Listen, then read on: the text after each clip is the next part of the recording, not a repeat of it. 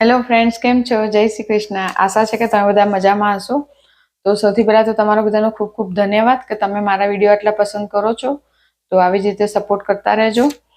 તો આજે હું એક સરસ મજાનો ઇન્ફોર્મેશનવાળો વિડીયો લઈને આવી છું કે લગભગ 50 લાખ જેટલા જે ટેમ્પરરી રેઝિડન્સ જે છે કે જે કેનેડામાં છે હાલમાં, તો ડિસેમ્બર 2025 સુધીમાં એ લોકોના વિઝા કે એ લોકોની પરમિટ જે કહીએ એ એક્સપાયર થવાની છે. તો શું આ બધાને કેનેડા છોડવું પડશે?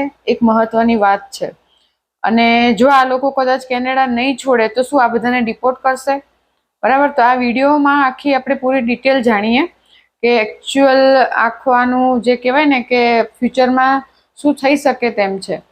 તો આ જે વિડીયોમાં આપણે આ ચર્ચા કરીશું અને વિડીયો એન્ડ સુધી જોજો અને વિડીયો શેર કરજો કે બીજાને પણ માહિતી મળી રહે.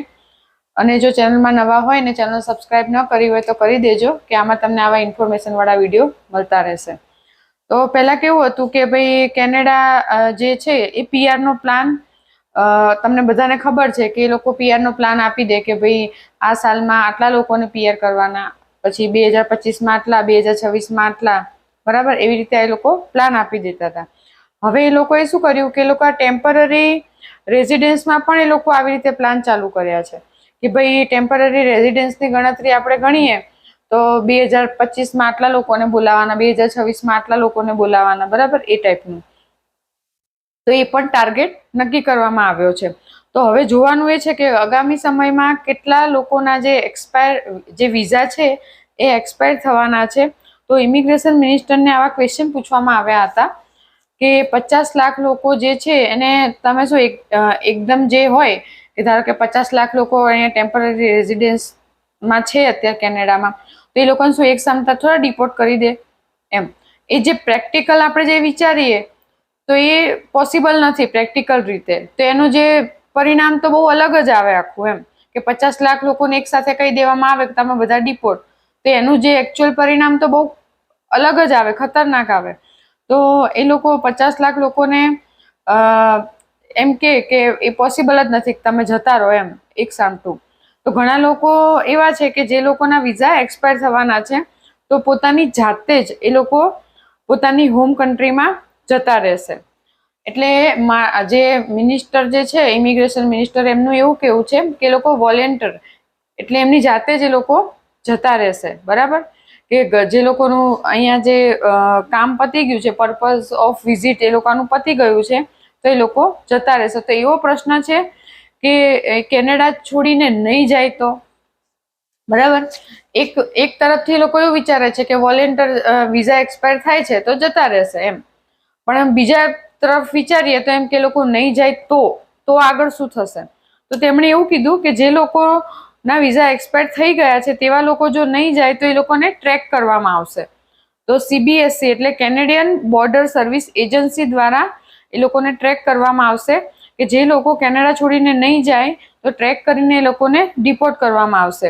પણ આ પણ પ્રેક્ટિકલ જોઈએ તો આટલા બધા લોકોને ટ્રેક કરીને ડિપોર્ટ કરવા એ કામ બહુ અઘરું છે. જેટલું બોલવામાં જે સહેલું લાગે છે એટલું સહેલું નથી, કારણ કે જે માણસોની જે ગણતરી છે એ બહુ વધારે પડતી છે. 50 લાખ એપ્રોક્સ ગણી શકીએ આપણે.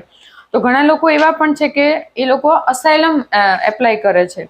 તો અસાયલમ એટલે શું કે તેમને પોતાની હોમ કન્ટ્રીથી ખતરો છે, એ લોકોને એમની સેફ નથી એમની માટે પોતાની હોમ કન્ટ્રી, એવા લોકો અહીંયા કેનેડામાં અસાયલમ એપ્લાય કરે છે. તો એવું ન કરવું જોઈએ ખરી રીતે, કારણ કે એમાં કેવું છે કે અસાયલમ તમને ખરેખર જો તમારી હોમ કન્ટ્રીથી ખતરો હોય તો જ તમારે અસાયલમ ક્લેમ કરાય.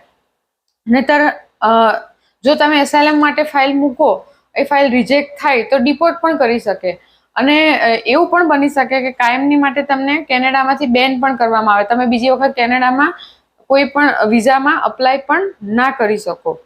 તો એવું પોસિબલ નથી, એ પ્રેક્ટિકલ નથી. તો એવું ન કરવું જોઈએ, અસાયલમ ન કરવું જોઈએ કે તમે અસાયલમ ધારો કે તમને મળી પણ જાય તો તમે પાછું તમારા હોમ કન્ટ્રીમાં ન જઈ શકો, તમારી ફેમિલી ફ્રેન્ડ્સ બધા ત્યાં હોય, તો એ પોસિબલ નથી. તો અત્યારે જોઈએ તો અસાયલમના 44 મંથ એટલે એપ્રોક્સ 4 વર્ષ જેવી ટાઈમ લાઈન છે. તો એ ઘણા લોકોને ખબર પણ નહીં હોય કે ભાઈ 4 વર્ષ સુધી જો ફાઇલ ચાલે તો જે વ્યક્તિ અસાયલમ મૂક્યું છે એને વર્ક પરમિટ આપવામાં આવે, બરાબર. તો એ પોતે જો કેનેડામાં રહે છે, એની અસાયલમની ફાઇલ ચાલે છે, તો કેનેડામાં રહીને કરે શું? એનું ગુજરાન ચલાવવા માટે એને કંઈક તો કરવું જોઈએ ને. તો ગવર્મેન્ટ એને વર્ક પરમિટ આપે છે કે જોબ કરીને પોતાનું ગુજરાન ચલાવી શકે. અને જો 4 વર્ષની અંદર જ્યારે પણ એના રિઝલ્ટ આવે, સપોઝ અસાયલમ એક્સેપ્ટ કરવામાં આવે, તો એ અહીંયા રહી શકે કાયમની માટે. અને જો રિજેક્ટ કરવામાં આવે તો એને ડિપોર્ટ કરવામાં આવે, તો એને પાછું હોમ કન્ટ્રીમાં જતું રહેવું પડે.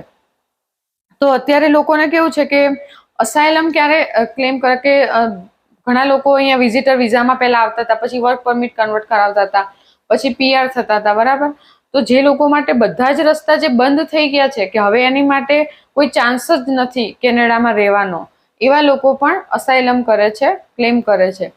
તો એમાં કેવું છે કે પહેલા અસાયલમનો જે આંકડો હતો બહુ જ ઓછો હતો, બહુ એટલે બહુ જ ઓછો હતો, અને અત્યારે એનો આંકડો એકદમ જ વધી ગયો છે.